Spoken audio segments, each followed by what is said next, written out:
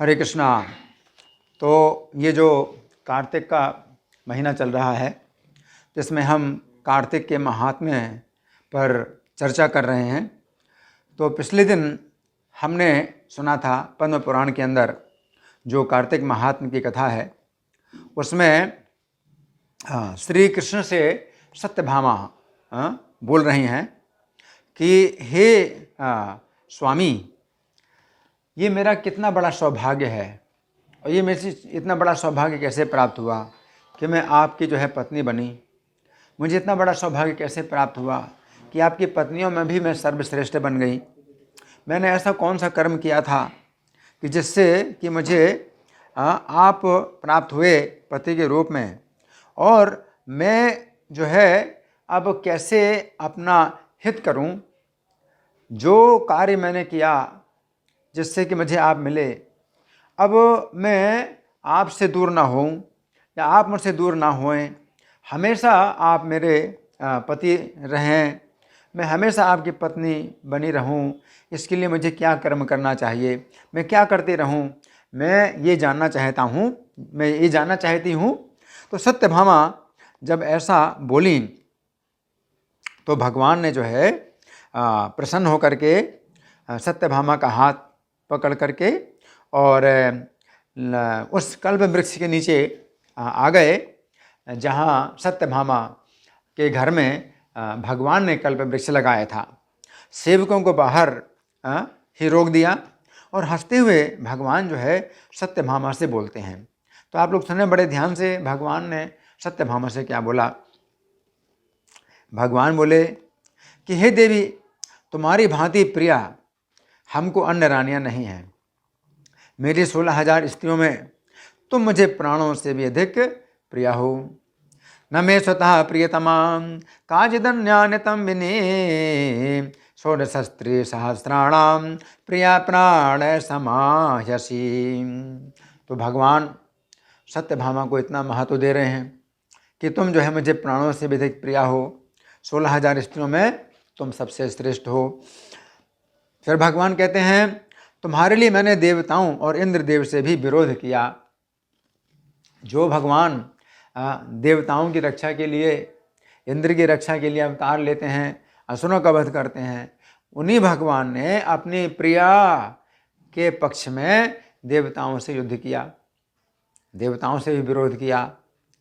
तो भगवान ने बता रहे हैं कि तुम मेरी इतनी अधिक प्रिया हो कि मैंने जो है उन देवताओं से भी विरोध किया, उन देवताओं से भी युद्ध किया कि तुम्हारी इच्छा पूरी हो।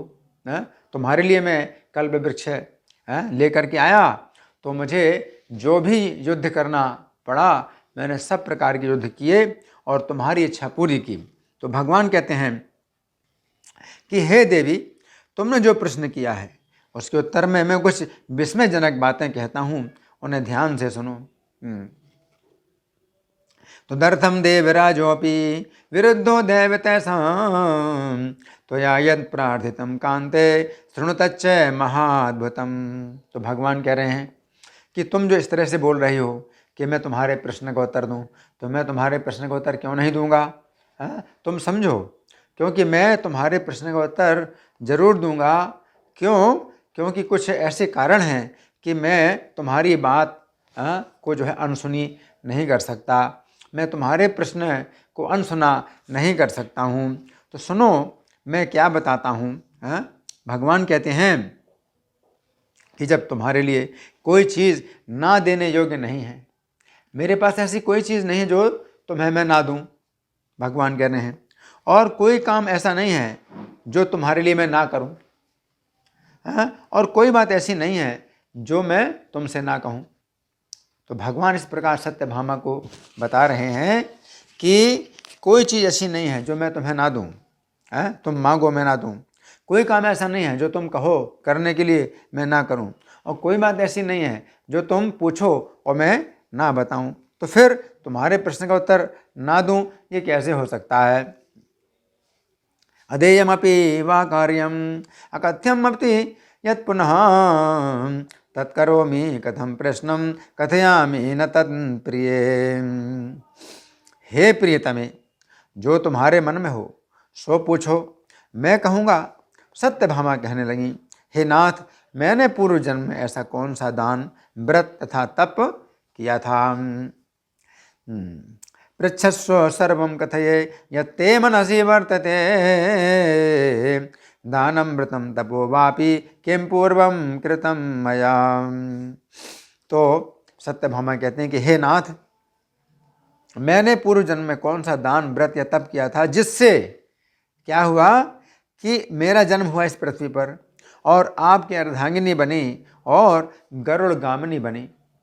गरुड़ पर मैं ही बैठती हूँ। आप जो है जितनी भी आपकी पत्नियां हैं उनमें से किसी को भी आपने अपने साथ गरुड़ में नहीं बैठाया, आपने मुझे ही बैठाया। तो मैं गरुड़ गामिनी बनी और आपके साथ स्वर्ग आदि लोकों में भी घूमती हूँ। मैं आपसे पूछती हूँ कि मैंने ऐसा कौन शुभ कार्य किया था? ये ना हम मर्ते जा मर्ते भवातीता भवम किल, तवांगार्ध हरा नित्यम गरुणासन गामिनी। इंद्रादि देवता वासम आगमन्त्या त्वया सह, अतस्त्वां परिपृच्छामि किम कृतं तु मया शुभम। तो सत्यभामा की बहुत इच्छा है ये बात जानने की कि मैंने कौन सा शुभ कर्म किया कि मुझे इतना सौभाग्य प्राप्त हुआ, इतना सौभाग्य प्राप्त हुआ कि कोई सोच भी नहीं सकता है। मैं पूर्व योनि में किस स्वभाव की और किसकी पुत्री थी? श्री कृष्ण जी ने कहा, हे प्रिय, पूर्व जन्म में तुम जो थी और तुमने जो किया था सो एकाग्र मन से सुनो। तो भगवान ही है ऐसे जिनको कुछ भी समाधि नहीं लगानी पड़ती है किसी के पूर्व जन्म की बात जानने के लिए। कोई योगी होते हैं, कोई ऋषि मुनि होते हैं तो उनको जो है ध्यान लगाना पड़ता है, और ध्यान लगाना पड़ता है तो एक मुहूर्त यानी 48 मिनट तक ध्यान लगाना पड़ता है, तब वो किसी के पूर्व जन्म की बातों को जान पाते हैं। भगवान कृष्ण में ऐसा नहीं है। भगवान कृष्ण तो तुरंत उनके पास सब कुछ वैसे तैयार रहता है जैसे कि अभी अभी हुआ हो, बिल्कुल ताज़ा हो। तो भगवान कहते हैं, सुनो, पूर्व जन्म में तुम जो थी, तुमने जो किया सो एकाग्र मन से सुनो। भवांतरे च किम शीला काचाहम कर्ष्य कन्यका, शृणस्व कै मना कांते यथा तम पूर्व जन्मनि। उस समय तुमने जो व्रत या पुण्य किया था और जिसकी पुत्री रही सो सब मैं कहता हूँ। सत्यों के बीतने पर त्रेता युग आया था। तो अभी तो द्वापर का अंत चल रहा है, तो भगवान क्या बता रहे हैं? द्वापर के अंत में बता रहे हैं। तो द्वापर इसका मतलब पूरा बीत गया, कितना? 8,64,000 साल। और उसके बाद उसके पहले त्रेता था। तो त्रेता युग जब आया था तो भगवान उस समय की बात कर रहे हैं जब त्रेता युग आया था। तो त्रेता युग आया था इसका मतलब है कि त्रेता युग भी पूरा बीत चुका।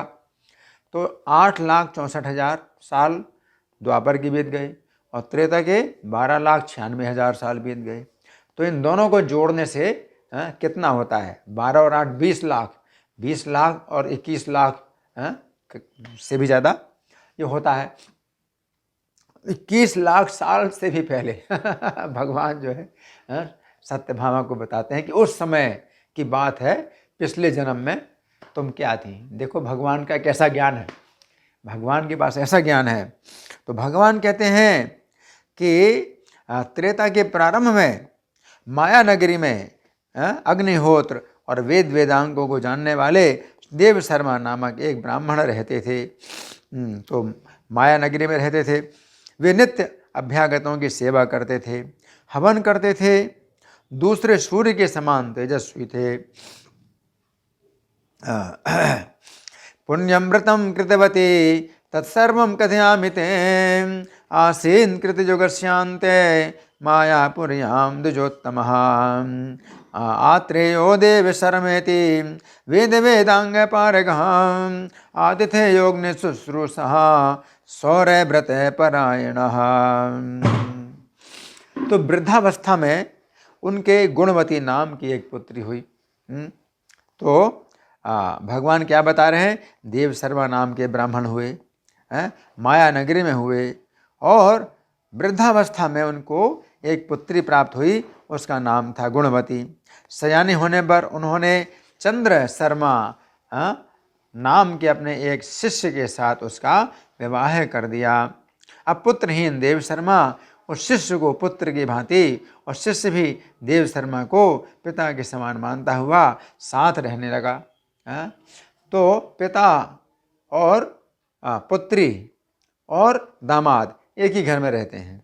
जो दामाद है वो उनका शिष्य है, देव शर्मा का शिष्य है। तो एक साथ एक ही घर में रहने लगे। और तीन ही प्राणी हैं, पुत्री है, पिता है और वो पति है, गुणवती के पति हैं।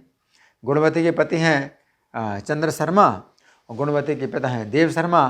तो इस प्रकार से पिता और पुत्री और दामाद, इस प्रकार से तीनों एक ही घर में रहते हैं। सूर्यमाराधयन् नित्यं साक्षात् सूर्येव परं तस्याति वै सश्चासीन् नाम्ना गुणवती सुता अपुत्रः सः स्वशिष्याय चंद्रनाम्ने ददौ सुतां तमेव पुत्रवन्मेने सचातं पितृवन्वशी। एक समय वे दोनों मतलब देव शर्मा और चंद्र शर्मा जो कि पिता हैं और उनके शिष्य हैं, एक समय वे दोनों कुशा और ईंधन लाने के लिए वन में गए। वहाँ एक बड़े पर्वत के समीप जंगल में घूम रहे थे। इसी समय अपनी ओर आते हुए किसी दैत्य ने इन दोनों को देखा। दैत्य के भय से इन दोनों के अंग शिथिल हो गए, भागने की शक्ति भी लुप्त हो गई। तो कदाचित् वनं यातो कुसेद्मा हरणार्थितो महाद्रिपादोपवने चेरतुस्तावितस्ततः तावभो राक्षसं घोरम् आयान्तं तम् अपश्यतां भयविह्वल सर्वांगा वसमर्थो पलायितुम्। तो इतना भय कि भागने की शक्ति भी नहीं रही, भाग भी नहीं सकते थे। इतना भय हुआ दैत्य को देख करके। और यमराज के समान उस भयंकर राक्षस ने तत्काल आकर इन दोनों को मार डाला। और मरण उपरांत इस क्षेत्र के प्रभाव से और धर्मात्मा होने के कारण पार्षद लोग इन दोनों को वैकुंठ भवन में ले गए।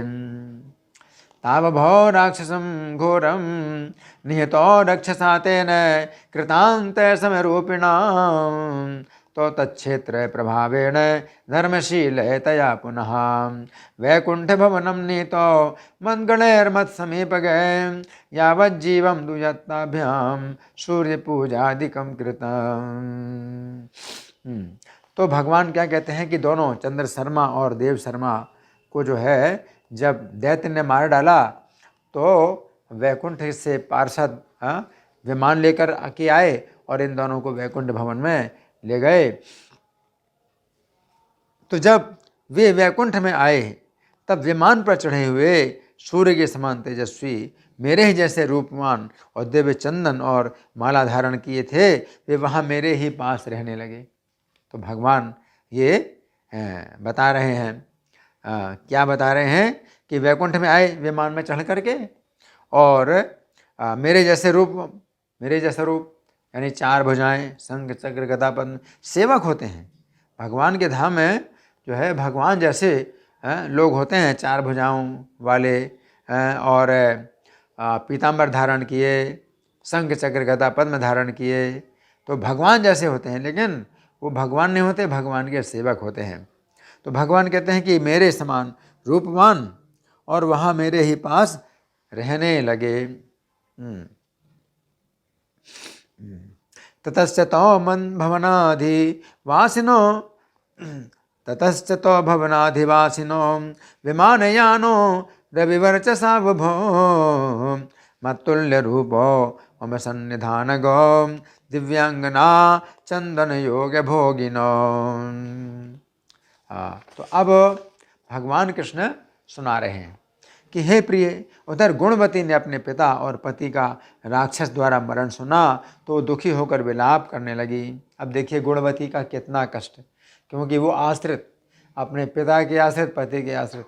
स्त्री को जो है या तो अपने पति के आश्रित रहना चाहिए, अपने पिता के आश्रित रहना चाहिए, या अपने पुत्र के आश्रित रहना चाहिए। तो पुत्र है नहीं और पिता और पति दोनों जो है शरीर छोड़ चुके हैं। तो उस गुणवती का आप जो है कितना एक प्रकार से कष्ट है, तो वो किस प्रकार से विलाप करने लगी। ततो गुणवते श्रुत्वा राक्षसा निहता बभौ पितृभर्तृ जय दुखार्ता करुणम पर्यदेवयन्। वह बोली, हा प्राणनाथ, हा पिता। प्राणनाथ अपने पति को बोल रही है, हा प्राणनाथ, हा पिता, तुम हमको त्याग कर कहाँ चले गए। अब मैं आप लोगों के बिना असहाय नहीं हो गई। हाय, अब मैं क्या करूं। तो वो जो है देवी पूर्ण रूप से आश्रित थी, सेवा में लगी हुई थी, पिता की सेवा में, पति की सेवा में। अब वो कहती, अब मैं क्या करूं। हा नाथ हा पितस्त्यक्त्वा गच्छ्या क्वाक मया विना बालाहम किम करोम्यद्य नाथा भवतो विना। अब भोजन वस्त्र से कौन मेरा पालन पोषण करेगा। एक स्त्री है, पति नहीं है, पिता नहीं है, भोजन वस्त्र कौन देगा। तो अब कह रही है, भोजन वस्त्र आदि से कौन मेरा पालन पोषण करेगा, कोई कार्य भी करने का सहूर मुझे नहीं है। तो जैसे पति बताएं, जैसे पिता बताएं, वैसे काम करती थी। अब मुझे कोई बताने वाला नहीं है, मैं क्या करूं, मैं कैसे काम करूंगी। अब कौन स्नेह से मुझ विधवा का पालन करेगा। जो मुझे पति से स्नेह प्राप्त होता था, पिता से स्नेह प्राप्त होता था, अब वो स्नेह कौन मुझे दे सकता है। कोनो माम अस्थिताम गेहे भोजनाच्छादनादिभिः अकिंचन कुशलाम स्नेहात् पालेष्यते दोषिताम। तो वो क्या कह रही है, दोषिताम, यानी मैं अब दोषिता माने जाऊंगी। जिसका कोई पति नहीं, जिसका पिता नहीं है, तो दोषिता, तो सब लोग जो है मुझे दोषिता मान करके मुझसे नफरत करेंगे। हाँ, हाय, मैं कहाँ जाऊं, कहाँ रहूं, क्या करूं। देखो तीनों प्रश्न है, मैं कहाँ जाऊं, कहाँ रहूं, क्या करूं। हाय, मैं ऐसी घृणित हो गई, मेरे पर देव का कोप हुआ है। अब मैं किस तरह जीऊं, मैं बड़ी पापनी हूँ। क्वयास्यामि क्व तिष्ठामि किम करोमि यथा घृणम विधात्रा हा हतास्म्यद्य कथम जीवामि बालिशाम। तो श्री कृष्ण जी सत्यभामा को बताते हैं, क्या बताते हैं कि हे देवी, वो कुर्री पक्षी की भांति रोती हुई गुणवती व्याकुल होकर ऐसे गिर गई जैसे वायु से झकझोरे हुए केले का वृक्ष गिरता है। तो केले का वृक्ष जब वायु से के जो है धक्के से गिरता है तो कैसे गिरता है, सीधा सीधा गिरता है। तो पूरा शरीर उसका केले के वृक्ष का ऐसे गिर जाता है, बिना मुड़े सीधा सीधा गिर जाता है। गुणवती भी इसी प्रकार से मतलब सिर के बल गिर गई, उसका शरीर जो है मुड़ा नहीं। ऐसे में तो कितनी चोट लगती है। तो वो जो है केले के वृक्ष के भांति गिर गई। हाँ, एवं बहु विलप्याथ है कुरुदेव भृषातुरा हतभाग्या हत सुखा हताशा हत जीविता शरणम किम प्रयाम्यद्य यो मे दुखम प्रमार्जति पपाति भूमो विकला रंभावात हता यथा। बहुत देर के बाद होश में आई तो फिर बहुत विलाप करने लगी। मूर्छित हो गई बेचारी, और जब मूर्छित से फिर से होश में आई तो फिर विलाप करने लगी और शोक के समुद्र में डूब गई। चिरादा श्वास सा भूयो विलप्य करुणम बहु निमग्ना शोक जलधो दुखिता समय वर्तते। तब अपने घर के अनेक वस्तुओं को उसने बेचा। धन नहीं था तो अब पिता और पुत्र का पारलौकिक कर्म करने के लिए धन की आवश्यकता है, तो घर का सामान बेचा और बड़ी सावधानी के साथ यथाविधि पिता और पति का श्राद्ध कर्म किया। साग्रहोपस्करान् सर्वान् विक्रीय शुभ कर्म तन् तयाश्चक्रे यथाशक्ति पारलोक्याम तथा क्रियाम। और विष्णु भगवान की भक्ति में रत होकर वो शुद्ध और शांत भाव से इंद्रियों को वश में करके उसी पुरी में रहने लगी। तस्मिन्नेव पुरे चक्रे वासं संसृति जीविनी विष्णु भक्ति परा शांता सत्य शौचा जितेंद्रिया। तो देखिए, ऐसा कष्ट भी अगर किसी के ऊपर आए तो भगवान उसको शरण देते हैं वो असरण शरण भगवान को कहा जाता है। असरण शरण, जिसकी कोई शरण नहीं, उसको शरण देने वाले भगवान हैं। तो अब क्या कर रही है कि वो भगवान विष्णु की भक्ति में रत होकर के शुद्ध शांत भाव से इंद्रियों को वश में करके वहीं पर रहने लगी। जन्म से मरण पर्यंत वो एकादशी और कार्तिक के व्रत को विधिवत करती रही। तो उसको सिखाया गया था जो, तो वही कर रही थी वो। तो जन्म से मरण पर्यंत 2 व्रत किए उसने, एक तो एकादशी का व्रत किया, दूसरा कार्तिक का व्रत किया।